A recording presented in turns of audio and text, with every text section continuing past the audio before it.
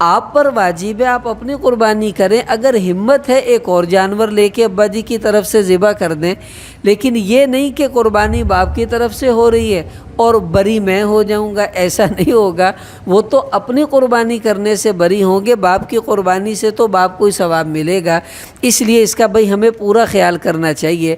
اب آپ سارے بھائیوں سے درخواست ہے، ایک مرتبہ کم سے کم کسی عالم یا مفتی کے پاس جا کر اپنی ساری مالی نوعیت بتائیں، اپنے قرضے کی نوعیت بتائیں، پھر ان سے پوچھیں کہ مجھ پر قربانی واجب ہے یا نہیں۔ اگر ہے خوش ہو جائیں، اللہ نے آپ کو دینے والوں میں سے بنایا ہے، آپ گوشت مانگیں گے نہیں بلکہ آپ گوشت دیں گے، اور یہ اللہ کی آپ پر مہربانی ہے۔ اگر واجب نہیں ہے تو کوئی بات نہیں، اللہ آئندہ توفیق دے دیں گے انشاءاللہ، ہم آئندہ کر دیں گے، ایسی کون سی بات ہے۔ لیکن ایک مرتبہ ضرور پوچھ لینا چاہیے۔